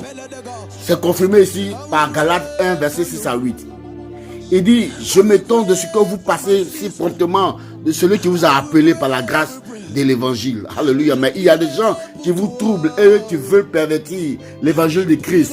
Mais quand nous-mêmes, ou quand un ange venu du ciel vous évangéliserait, outre que ce que nous avons évangélisé, qu'il soit maudit. Alléluia. Or, je vous fais savoir que l'évangile qui a été annoncé par moi n'est pas selon moi, n'est pas selon l'homme. Car moi, je ne l'ai pas reçu de l'homme, ni appris de l'homme. Alléluia. Donc, la Bible dit qu'ils sont ivres de profond sommeil. C'est-à-dire que ces faux serviteurs de Dieu, qui sont sortis des écoles théologiques, ils sont ivres de profond sommeil de Dieu avec leurs yeux spirituels bandés. Alléluia. Par l'Esprit de Dieu lui-même, pour ne rien voir dans la parole de Dieu. Dieu l'a bandé leur regard, leur vision, leur lecture, leur entendement, pour ne point qu'ils puissent parler de la part de Dieu. Alléluia. Les paroles de la Bible sont fermées, cadenassées aux yeux de ces serviteurs qui n'ont pas reçu l'appel divin. La Bible est comme un livre scellé. La Bible est comme un livre scellé pour eux. Un livre fermé qui demeure un mystère. Mais toi, pour toi, bien-aimé, c'est un livre de révélation. Dis Amen. Bien-aimé, pour toi, c'est un livre de révélation pour que tu sois percutant dans le royaume des cieux et détruire, déraciner tout ce que le diable a planté dans la vie des enfants de Dieu. Alléluia. Le prophète Ésaïe me confirme ici dans sa parole, dans ce que j'ai dit.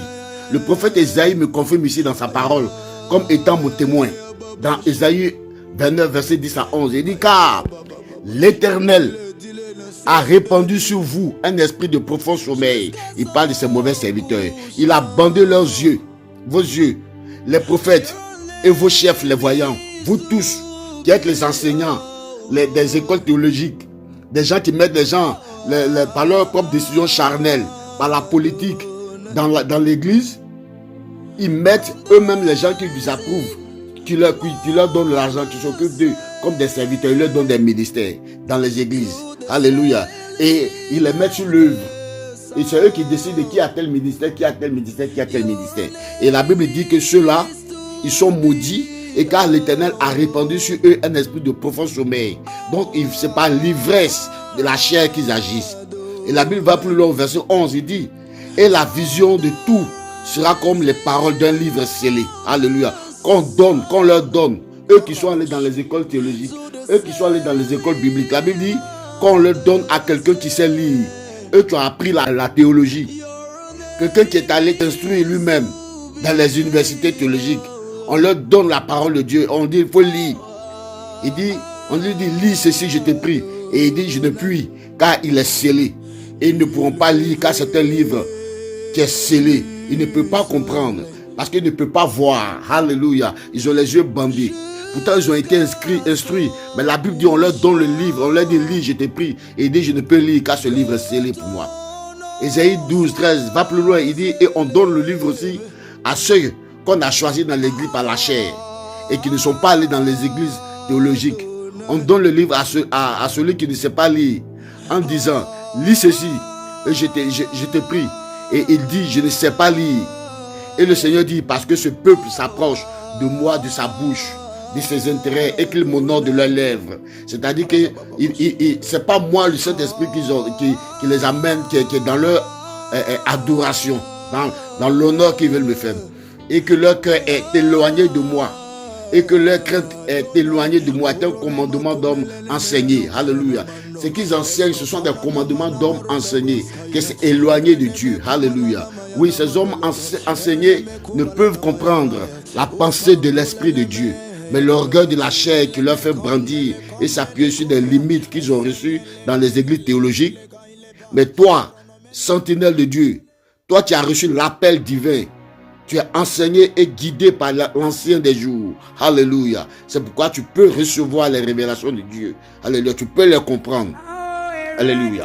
Voyez-vous, ce sont des serviteurs qui enseignent ce qu'ils ne comprennent pas eux-mêmes, mais qu'ils interprètent à leur guise. Ce sont eux qui, par exemple, enseignent que Caïn a été chassé loin de la terre. C'est eux-là même qui enseignent que Caïn a été chassé loin de la terre, de la face de Dieu, loin du jardin d'Éden, d'Adam et Ève, et loin de la maison familiale. C'est eux qui enseignent ces bêtises-là. Alléluia. Alors que lorsqu'on va rentrer dans les révélations de la parole, vous allez voir que tout ce qu'ils ont enseigné, c'était faux. Parce qu'ils pervertissent l'œuvre de Dieu dans l'esprit des enfants de Dieu. Ils pervertissent la foi des enfants de Dieu. Alléluia. Ils disent que Caïn a été chassé loin de la face de l'Éternel. Caïn a été chassé loin d'Adam, loin des jardins d'Éden. Caïn a été chassé de loin d'Adam et Ève de la maison familiale. Ce genre d'hérésies sont nombreux dans les enseignements. Amen. Dans leur assemblée, ils ont ces types d'hérésies-là qui sont vraiment loin de la volonté de Dieu, loin de la pensée du Saint-Esprit. Alléluia. Et pourtant, pour ceux qui ont l'Esprit de Dieu, à eux, Dieu même, lui-même, il révèle ce qui en est. On va lire un peu cet enseignement qu'ils ont donné, que j'ai entendu même des fidèles venir me sortir ça, j'étais hébété, surpris. Mais comment on peut être perverti jusqu'à ce niveau? Comment on peut être éloigné de la foi jusqu'à ce niveau? Comment on peut avoir les yeux bandés, l'esprit bandé jusqu'à ce niveau? Alléluia. Allons dans Genèse 2, verset 8. On va commencer par là. La Bible dit: puis l'Éternel Dieu planta un jardin en Éden du côté de l'Orient. Un jardin en Éden. Éden, si tu veux, c'est le quartier. Voilà, prenons ça comme ça. Éden, c'est le quartier, c'est la ville. Et puis, dans cette ville-là, Dieu choisit de planter un jardin. Dans cette ville qu'on appelle Éden, Dieu décide de planter un jardin. Maintenant, de quel côté de la ville d'Éden? La Bible dit du côté de l'Orient. Donc la Bible même donne l'indication précise de où le jardin a été planté. Alléluia. Qui est du côté de l'Orient. Et il y mit l'homme qu'il avait formé. Donc le jardin se trouve où? Il se trouve du côté de l'Orient de la ville d'Éden. Alléluia. Alors lorsque Adam et Ève ont péché, où sont-ils allés vivre pour cultiver leur terre? Regardons. Dans Genèse 3, verset 23. Et l'Éternel Dieu le chassait du jardin d'Éden pour qu'il cultivât la terre d'où il avait été pris. Voyez-vous, il a été chassé du jardin d'Éden, mais il était toujours dans Éden, dans la ville d'Éden d'où il a été pris pour être formé comme chair. Alléluia. La Bible dit donc dans Genèse 3, 23, l'Éternel Dieu le mit hors du jardin d'Éden pour labourer le sol d'où il avait été pris. Donc on l'a pris dans le jardin d'Éden pour le former. Donc c'est dans ce même jardin, du moins on l'a pris à Éden pour le former. Donc c'est dans la même terre d'Éden qu'il est sorti pour aller cultiver. Quand Dieu l'a fait sortir du jardin, il est resté en Éden pour cultiver. Alléluia, pour pouvoir créer son foyer, sa maison et sa famille. Alléluia. La Bible dit il chassa l'homme et le plaça à l'orient du jardin d'Éden. Donc ça veut dire qu'il était lui aussi à l'orient du jardin d'Éden. Il n'était pas dans le jardin d'Éden, mais il était du côté de l'orient du jardin d'Éden. Alléluia. Amen. Il était donc il n'était pas loin du jardin d'Éden, parce que le jardin d'Éden aussi a été planté à l'orient d'Éden. Et lui aussi, il allait s'installer à l'orient d'Éden, donc non loin du jardin d'Éden. C'est pourquoi la Bible dit que Dieu a envoyé un chérubin à la lame de l'épée qui tournait ça et là, pour garder le chemin de l'arbre de vie, pour ne pas qu'il rentre vers le chemin de l'arbre de vie. Donc ça veut dire quoi? Il était toujours à Éden. Alléluia. Mais pourquoi c'est à l'orient du jardin d'Éden que Dieu plaça le chérubin à l'entrée? Parce que, pour garder l'entrée du jardin, parce que c'est à l'orient que Adam et Ève sont restés hors du jardin. Est-ce que vous comprenez? Mais ils sont restés à l'orient d'Éden, hors du jardin pour cultiver la terre, vivre. Et c'est ce qu'ils ont toujours vécu. C'est là qu'ils ont toujours vécu. Alléluia. Ils ne pouvaient plus avoir accès au jardin d'Éden, mais ils sont restés à Éden, à l'orient d'Éden, où le jardin même a été planté aussi. C'est là qu'ils ont toujours eu leurs enfants, et c'est là que Adam a vécu 930 ans, ayant eu des filles et des garçons. Alléluia. Je vous prie de bien suivre, de bien me suivre, pour comprendre la pensée de l'Esprit et recevoir la révélation qui nous est apportée maintenant par l'Esprit de Dieu. Amen. Donc, pour empêcher Adam et Ève et leur descendance d'avoir accès à l'arbre de vie, à cause désormais de la nature adamique, la nature pécheresse qui est sur eux, cette nature adamique, étant sur eux, ils avaient accès à l'arbre de la vie éternelle, ils allaient rester éternellement dans le péché. Alléluia. C'est pourquoi Dieu a conçu un plan de salut. Alléluia. Donc cette nature adamique qui a reçu des milliers et des milliers de démons par la transmission sexuelle démoniaque du serpent ancien, qui est une créature proche de l'homme, en qui le diable est entré pour séduire Ève. Alléluia. Voici comment l'esprit de mort est rentré dans l'homme, les maladies et toutes sortes de démons, tels que même le démon de la vieillesse. C'est une maladie, la vieillesse. Parce que vous allez voir, la Bible dit, on va le lire plus loin, si Dieu le permet, on va voir cet enseignement. La Bible dit que nous serons régénérés. Le corps qu'on va avoir là, ça sera un corps qui est dépourvu de vieillesse. Est-ce que vous voyez? Ça sera un corps qui va un corps régénéré. Donc de toutes les maladies, même de la vieillesse. Donc, ça veut dire quoi? Au royaume de Dieu, il n'y aura même pas de vieux. On sera tous vieux. Alléluia. Tu vas voir le frère Abraham et le frère Moïse. Quand vous allez vous rencontrer, vous avez le même âge. Vous avez la même nature. Vous avez le même corps. Alléluia. Donc, frère bien-aimé, il faut que les choses soient claires. Et la vieillesse sont rentrées dans la vie de l'homme à cause du péché. Mais Dieu met donc à l'entrée de ce jardin un chérubin. Pour ne pas que l'homme ait accès à l'arbre de vie éternelle, pour ne pas demeurer éternellement dans cette condition adamique. C'est bien clair dans votre esprit que Adam est resté à l'orient d'Éden, hors du jardin, pour mener sa vie. On est d'accord, on a vu ça, c'est écrit blanc sur noir. Clairement, alléluia. Maintenant, on va rendre visite à Caïn. Rendons visite à Caïn. Quand tu vas au passage de Caïn, la Bible dit dans Genèse 4, verset 14, « Voici, tu m'as chassé aujourd'hui de dessus la face de la terre. » Caïn se plaignait à Dieu que Dieu le chassait de sa terre, la terre qu'il cultivait. Parce que rappelez-vous que Abel était berger et Caïn était planteur, agricole, cultivateur. Donc, Dieu chassait Caïn de sa terre qu'il a l'habitude de cultiver, de la face de la terre qui lui appartenait, de sa plantation, de son champ, qu'il cultivait en paix. Car c'est de sa plantation qu'il était quand Dieu l'a rencontré. Il était sur cette terre à lui quand Dieu l'a rencontré. Et il dit à l'Éternel, et je serai caché devant ta face. Ici, cela veut dire que Caïn est chassé de l'adoration de l'Éternel. Ça ne veut pas dire que Caïn, est-ce qu'il peut s'éloigner de Dieu? Dites-moi un peu. Parce que Dieu est omniprésent, omnipotent, omniscient. Il est partout. Comment tu peux te cacher de Dieu? Tu ne peux pas quitter, fuir, pour dire je m'en vais à Korogo me cacher de Dieu. Quitter l'Angleterre pour dire je m'en vais me cacher de Dieu à Korogo. Dieu est là-bas. Donc sur la terre, dans ce monde, on ne peut se cacher de la face de Dieu par la distance humaine, de kilométrage humain.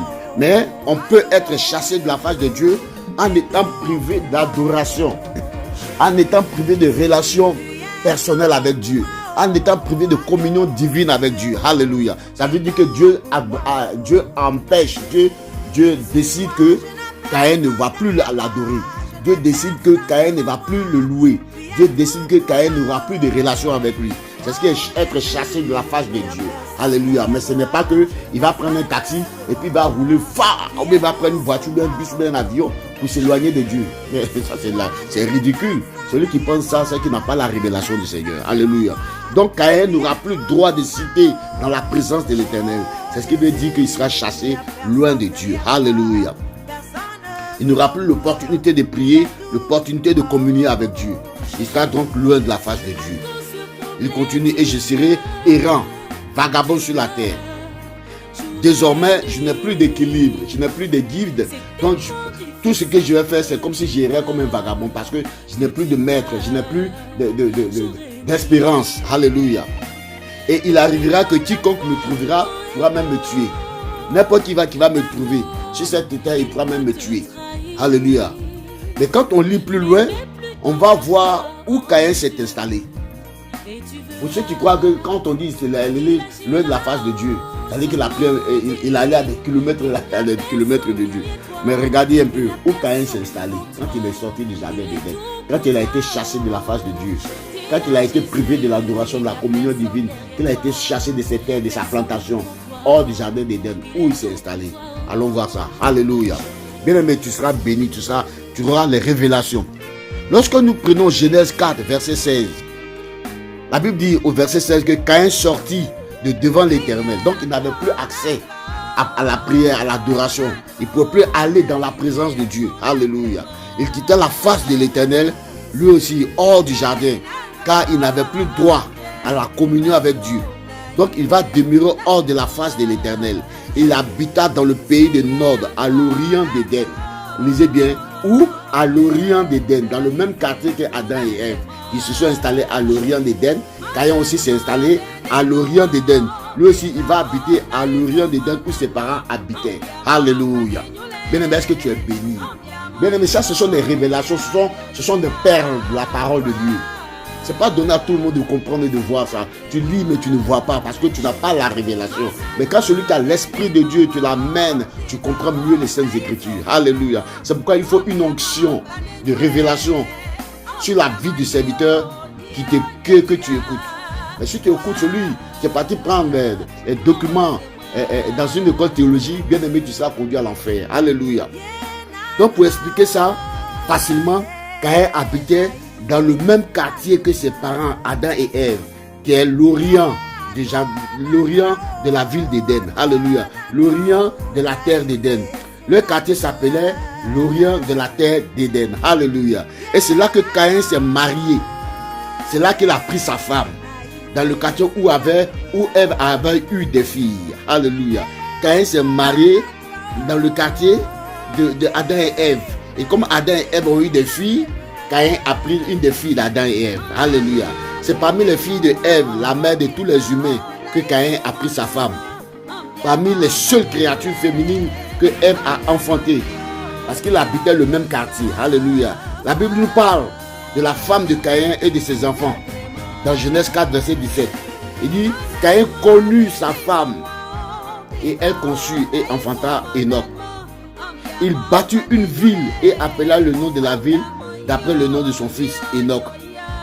Parce que ce n'est que quand dans Lévitique que Dieu a interdit qu'on épouse son parent, des millions d'années plus tard, les gens continuaient, depuis Adam jusqu'à Abraham, les gens continuaient de marier leurs parents, leurs soeurs.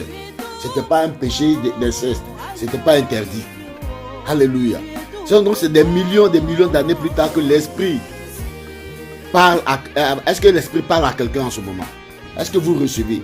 Alors, donc, la pensée satanique des mauvais serviteurs de Dieu qui sont sortis des universités théologiques et qui créent des débats inutiles parmi les enfants de Dieu pour les égarer, il faut s'en méfier. Alléluia. Les débats qui créent la confusion selon lesquels si Caïn a pris une femme, ça veut dire qu'il y avait d'autres personnes sur la terre. Si Dieu a mis une marque sur la face de Caïn, après l'avoir chassé d'Éden, loin de la face de Dieu, ça veut dire qu'il était allé loin. Alléluia. Il risquait donc de croiser d'autres personnes en dehors d'Adam et Ève. Ce sont des pensées du diable, frère. Il faut s'éloigner de ce genre de pensées. Ce sont des pensées démoniaques. Parce qu'un homme qui croit en ces choses-là, un homme qui met sa foi en ces choses-là, au jour du Seigneur, tous les feux sont verts pour lui. C'est un sens unique vers l'enfer, sans panneau de signalisation, sans panneau de laisser. Il est sur le boulevard prioritaire pour aller à l'enfer. Alléluia. Parce que la foi vient de ce qu'on entend. Et ce qu'on entend, si ça ne vient pas de Dieu, ça vient du diable. Il n'y a pas de tiède. Soit tu es chaud, il n'y a pas de milieu. Donc, bien aimé, si ce que tu reçois n'est pas de Dieu, c'est seulement du diable. Alléluia. Bien aimé, laissez le Saint-Esprit vous guider. Et ne vous prêtez pas au piège de Satan, s'il vous plaît. Si Dieu dit qu'il n'a créé que Adam et Ève, c'est qu'il n'a créé que Adam et Ève. Si un esprit vient vous faire croire que Dieu a créé d'autres personnes en dehors de Adam et Ève et que Dieu ne le mentionne pas, c'est que c'est un esprit satanique. Alléluia. Ne risquez pas de présenter Dieu comme un menteur. Alléluia. Dieu Dieu, si tu présentes Dieu comme un menteur, tu ne seras jamais pardonné parce que c'est le Saint-Esprit que tu as blasphémé contre le Saint-Esprit. Parce que Dieu est le Saint-Esprit. Lorsque tu présentes Dieu comme un menteur, tu ne seras jamais pardonné. Donc, réponds-toi bien maintenant. La Bible dit que Dieu fait grâce à ceux qui sont ignorants. Donc, tu étais ignorant, c'est pourquoi tu as pensé ainsi. Donc, Dieu va te pardonner et mettre ça dans la mer de l'oubli. Alors, plus jamais qu'un chrétien se lève pour traiter de Dieu de menteur, pour pouvoir risquer de contester avec Dieu. Alléluia. Dieu est le feu vivant. Qui peut contester avec Jésus? Il est le feu divin. Qui peut contester avec Jésus? Si toi tu penses que tu peux contester avec Jésus, tu seras cramé comme un chocolat. Tu seras brûlé par le Saint-Esprit. Faites très attention. Donc tous les humains sur terre ne provenaient que d'Adam et Ève et leurs descendants. Alléluia. Toi, te marier entre 25 et 40 ans de femme en tant qu'universitaire. Parce que ta durée de vie ne va pas au-delà de 150 ans. Tu es trop chanceux. Alléluia. De vivre longtemps. Et la ménopause commence à frapper à partir de 40 ans chez la femme. Alléluia. Je ne sais pas vu qu'on est dans la ménopause. Tu as eu la chance de rester féconde jusqu'à 40 ans. Alléluia. Et à partir de 40 ans, la ménopause commence à frapper et l'infertilité commence chez la femme. L'andropause à partir de 50 ans chez l'homme. Tu as la chance d'avoir été trop chanceux. Après ces âges-là, on ne peut plus faire d'enfants parce que le corps ne peut plus. Alléluia. Alors que la Bible te dit que c'est après 130 ans que Adam a eu un autre enfant appelé Seth. C'est-à-dire après la mort d'Abel, c'est 130 ans après que Adam a eu un autre enfant appelé Seth. Voyons ça dans la Bible, dans Genèse 5, verset 3. La Bible dit qu'il fit Adam âgé de 130 ans. La Bible dit que Adam âgé de 130 ans engendra un fils à sa ressemblance et selon son image, et lui donnant le nom de Seth. Alors si on veut bien comprendre, les filles de Ève sont nées après 130 ans. Alléluia. Quand Adam est mort à 930 ans. Si Adam est mort à 930 ans et qu'il a eu Seth à 130 ans, le livre de Genèse 5 nous dit que les jours d'Adam après la naissance de Seth furent de 800 ans. Donc quand tu prends 800 ans plus les 130 ans d'avant la naissance de Ève, Adam est mort à 930 ans. Donc Adam est mort le même jour selon le temps de Dieu. Mais pour le temps de l'homme, Adam est mort à 930 ans. Donc quand Dieu a dit Adam, tu mourras le même jour, sûrement si tu manges de ce fruit, Adam est vraiment mort pour Dieu. Dans le temps de Dieu, c'est le même jour. Mais dans le temps de l'homme, quand Adam donc a vu qu'il n'est pas mort immédiatement après avoir mangé, il croyait que Dieu mentait. Et c'était le but de Satan. C'était de briser la communion entre Dieu et Adam pour faire croire à Adam que Dieu mentait. Alléluia. Parce que Adam n'avait pas reçu cette révélation. Alléluia. C'est pourquoi, bien aimés, nous devons faire très attention. Seth, âgé de 105 ans, engendra Enoch. Donc, Seth, qui est né d'Adam, il avait 105 ans, il engendra Enoch. Ça veut dire qu'en ce moment-là, Adam vivait encore quand Seth a eu son premier fils. Alléluia, Enoch. Et dans Genèse 5, verset 7, la Bible nous dit que Seth aussi a vécu après la naissance d'Enoch 800 ans. Alléluia. Donc, Seth a vécu 900 et quelques, parce que si à 105 ans, il a eu Enoch, qu'après la naissance d'Enoch, il a vécu 800 ans, ça veut dire que Seth est mort à 905 ans. Et la Bible dit qu'il a engendré aussi des fils et des filles, lui aussi de son côté. Donc ça veut dire que du vivant d'Adam, Seth a eu des enfants, il a eu des filles. Amen. Et du vivant d'Ève, Seth a eu des enfants, il a eu des filles. Tout comme Ève aussi a eu des filles. Alléluia. Donc il y avait beaucoup de femmes à marier. Dieu sait qui Adam a marié, qui Caïn a marié. Peut-être que Caïn a marié des filles de Seth, peut-être que Caïn a marié une des filles d'Ève. Dans tous les cas, c'est dans le quartier là qu'il s'est marié. C'est dans le quartier là qu'il a pris une femme. Alors même si on veut déduire par l'Esprit de Dieu dans le discernement que Caïn a épousé la première fille d'Adam, ça voudra dire que si on lui donne 30 ans en âge raisonnable pour le mariage, cela veut dire qu'il faut ajouter 160 ans sur l'âge adulte de Caïn pour son mariage. Donc, Caïn étant adulte, c'est à 160 ans qu'il s'est marié. Est-ce que vous comprenez? Donc, celui qui a reçu l'appel divin reçoit des révélations des profondeurs divines de l'Esprit de Dieu. Et celui qui s'est appelé lui-même dans l'œuvre de Dieu, sur l'œuvre de Dieu, reçoit de la chair, de la confusion. Alléluia. Soyez bénis. On continue c'était une digression pour vous faire voir la différence entre celui qui a l'Esprit de Dieu et celui qui a l'Esprit des théologiens. Alléluia. Donc nous continuons sur le jour du Seigneur. Soyez bénis. Alléluia. Donc soyez bénis. Ne pensez plus que le jour du Seigneur, c'est le jour du sabbat. Ne pensez plus que le jour du Seigneur, c'est dimanche ou samedi. Mais le jour du Seigneur, c'est un règne. C'est le règne du millénaire où Christ viendra régner sur terre. Que Dieu vous bénisse. Amen. Prions.